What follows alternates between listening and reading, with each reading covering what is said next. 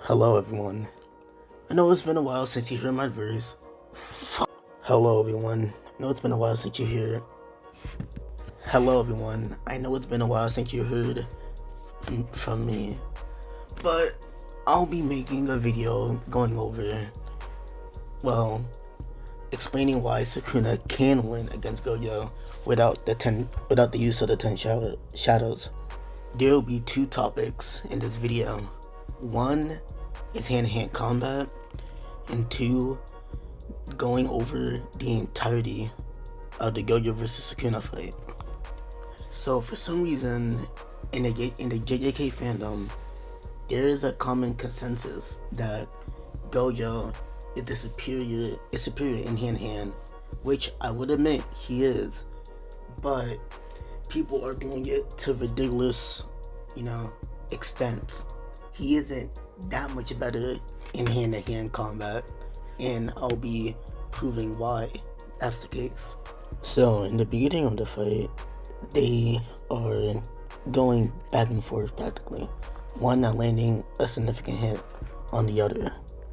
But Gojo uses blue to give himself an advantage during close quarters combat. But this is not to discredit Gojo at all. It is his technique after all. But manipulating the space around you and your opponent to gain the advantage in close quarter combat is not a feat in hand-to-hand. Soon after this, they begin their domain clash, with Sukuna breaking Gojo's domain almost instantly. And for those who say that Gojo could take Malevolent Shrine, sure. After his domain broke and getting slashed, he retreats and uses a simple domain to recover. Gojo tries to combat Sukuna, but it proves ineffective. Luckily for Gojo, he soon recovers his burnt out curse technique and blitzes Sukuna with a red, causing his domain to shatter. They soon after engage in another domain clash, where they engage in close quarter combats. Sukuna was able to land 2 clean hits on Gojo, but not dealing significant damage. Gojo then lands his first punch throughout the fight so far without using blue, pure martial arts prowess. And off screen, Gojo was able to damage Sukuna enough to break his domain, just as soon as Sukuna broke his. And soon after, Sukuna flees, with Gojo chasing after him. They then engage in hand-to-hand combat, with Sukuna blocking a kick from Gojo, which sends him flying. And then Gojo gets a nosebleed.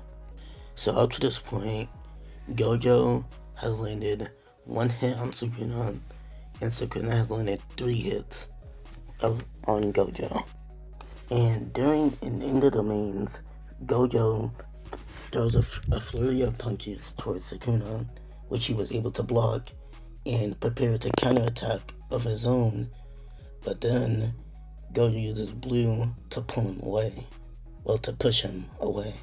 He then uses blue to put Sukuna in this position, and then shoots a red due to the damage on his face, which was similar to the one during the first domain clash, where he got shot with red.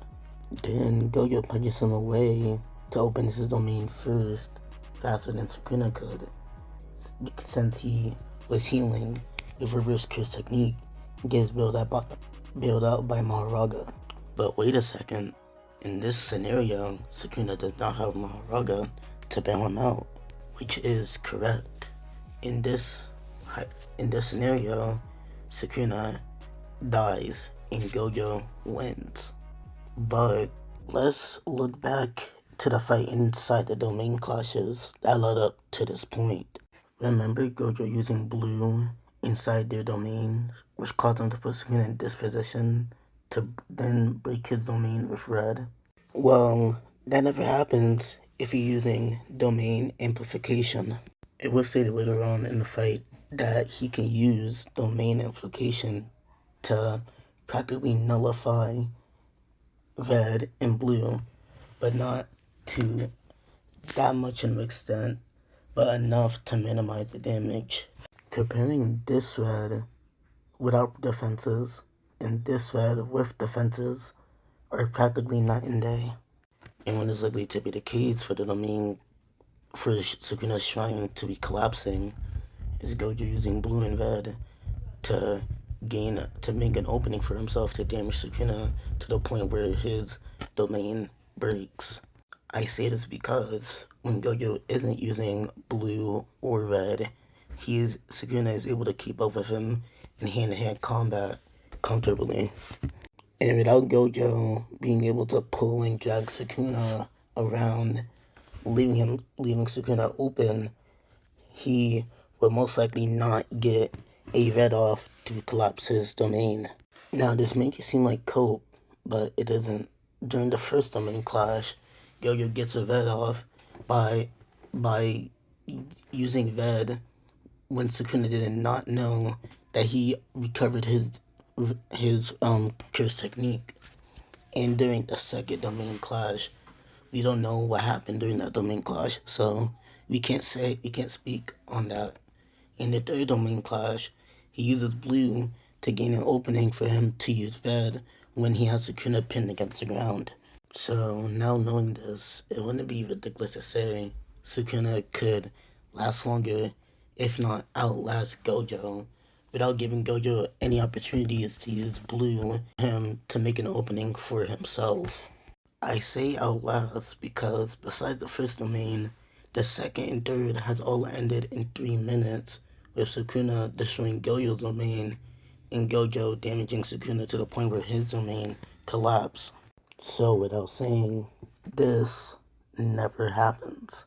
Since Sukuna would never be in a position to need to heal himself, winning every domain clash by even a second would prove that that panel never happens. And then Gojo goes to open his domain again and gets a nosebleed. Sukuna goes for his domain, but he also gets a nosebleed. But in this scenario, where Sukuna doesn't have 10 shadows, this never happens.